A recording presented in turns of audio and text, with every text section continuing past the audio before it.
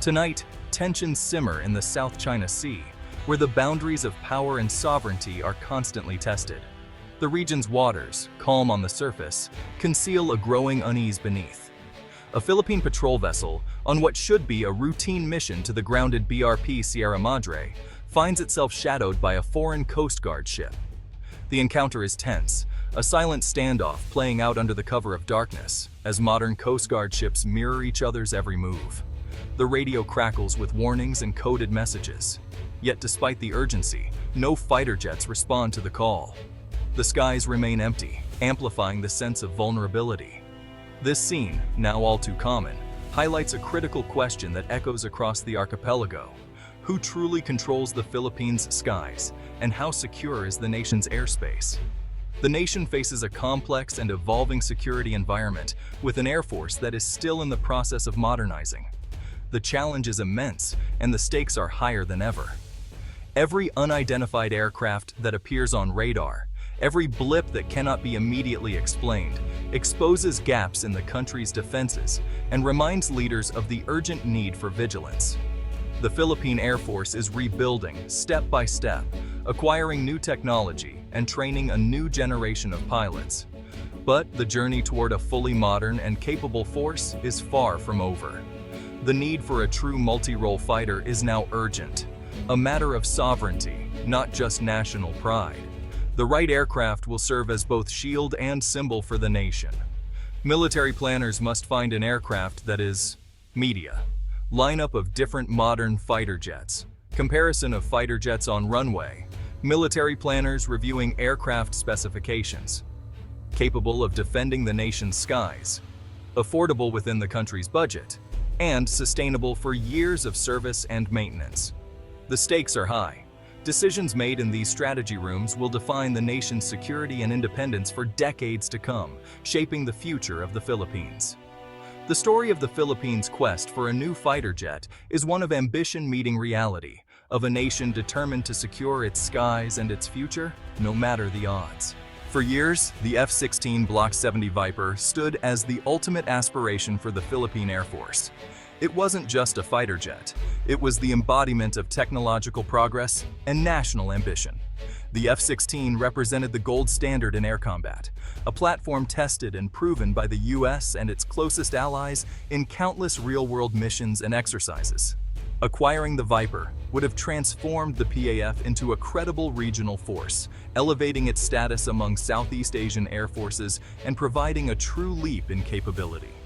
The Block 70's state-of-the-art AESA radar and advanced weaponry promised unmatched situational awareness, allowing pilots to detect threats earlier and respond faster than ever before.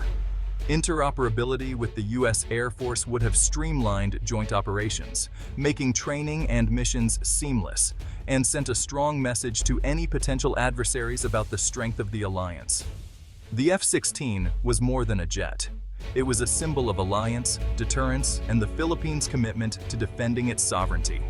It was envisioned as the centerpiece of the PAF's modernization plans, promising a generational leap in air power and operational flexibility. With the Viper, the Philippines would have the confidence to defend its airspace and maritime interests, especially in contested areas like the South China Sea.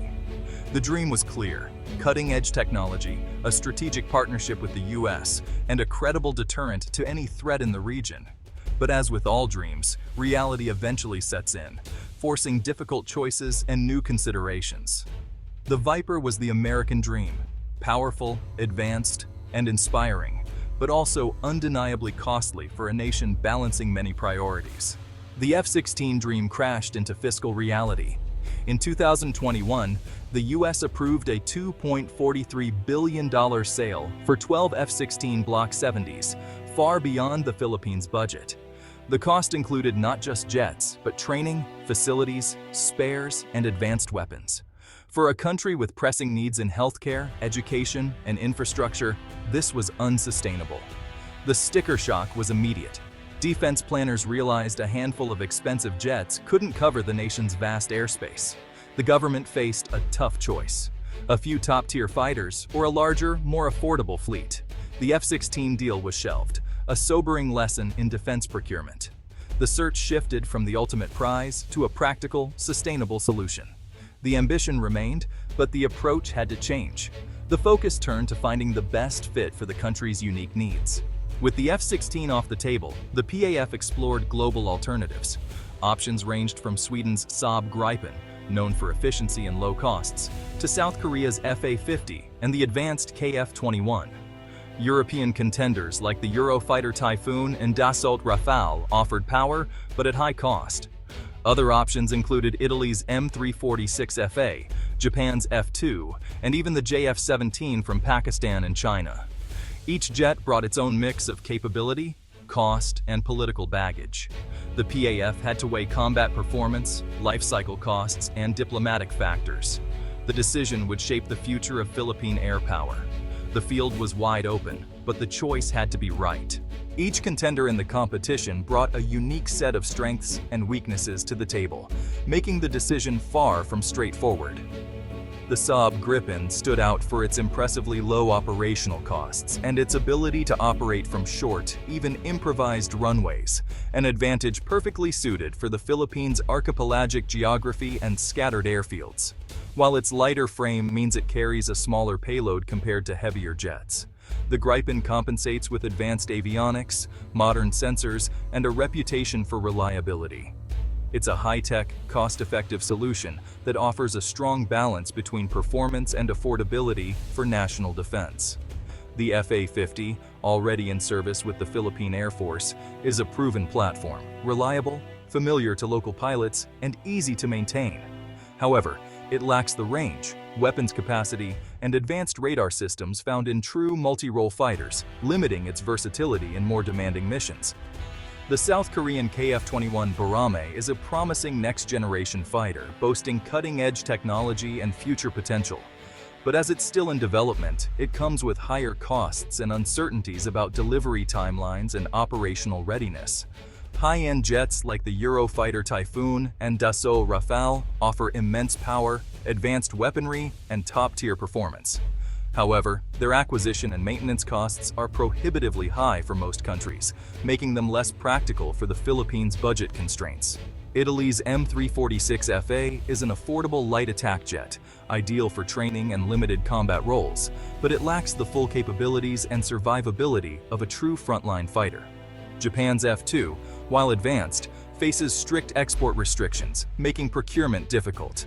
Meanwhile, the JF-17 Thunder, developed by Pakistan and China, is cost-effective, but its Chinese components raise political and security concerns for the Philippines. For the Philippines, the right choice must balance capability, cost, and political realities, ensuring both operational effectiveness and long-term sustainability. After careful evaluation, the Gripen and F-A-50 emerged as the most practical options, offering the best mix of affordability, performance, and ease of integration. Each option had to be weighed carefully, considering not just technical specifications, but also training, logistics, and future upgrade potential. The ultimate goal was clear: to build a credible air defense force without breaking the bank or overextending resources. The final decision would not only shape the Philippine Air Force's capabilities today, but also define its future for decades to come. The field narrowed to two: the Saab Gripen and the Kai F-A-50. These jets offer a balanced, complementary approach for the PAF. The Gripen is the ideal long-term solution: advanced, affordable, and easy to maintain. It brings modern sensors, weaponry, and network capabilities, all within budget. The F-A-50 is the immediate answer: reliable, familiar, and quick to deploy. Expanding the F-A-50 fleet boosts air defense now, while the Gripen prepares the PAF for future threats. This two-pronged strategy is both effective and sustainable. The F-A-50 handles routine patrols. The Gripen is the high-end interceptor. Together, they create a layered, modern defense. The PAF builds on existing strengths while stepping up its capabilities. This is the smart path to a formidable air force. Top-tier fighters like the Eurofighter, Rafale, and F-15EX are out of reach for the Philippines. Their power comes with massive costs, both to buy and to operate. Twin engines, advanced electronics, and heavy payloads mean high fuel and maintenance bills. Supporting infrastructure is expensive and complex. For the Philippines, these jets would drain resources needed elsewhere. The nation's mission is defense, not power projection. Agile, efficient fighters like the Gripen are a better fit. Streamlined logistics and supply chains matter more than raw power. Strategic prudence means choosing what fits the mission and budget. The Philippine Air Force's best strategy is a dual-track approach. First, expand the F-50 fleet for immediate needs. More patrols, more pilots, stronger defense. The F-50 is cost-effective, with existing infrastructure and training pipelines. Second, procure the Gripen for long-term, high-end capability. The Gripen brings advanced radar, long-range missiles, and network warfare. This phased plan allows the PAF to build strength step by step. F-50s handle daily tasks. Gripens are reserved for critical missions. Resources are managed efficiently, maximizing deterrence. The PAF doesn't need the most expensive jets to be effective. This is smart, resilient defense, built for the nation's needs. The future is layered, logical, and sustainable. The quest for a new fighter is about more than hardware. It's about national security. The Philippines is forging a shield, balancing ambition with economic reality. The dual-track approach, F-50s and Gripens, shows strategic wisdom. It avoids overreaching while ensuring credible defense. Every peso spent delivers real value and readiness. Allies see a responsible partner. Adversaries see credible deterrence. A larger F-50 fleet and advanced Gripens create a shield that can't be ignored. The PAF is building a force that's ready to fly and fight. This is a story of self-reliance and smart defense. By forging this shield, the Philippines secures its skies and its future.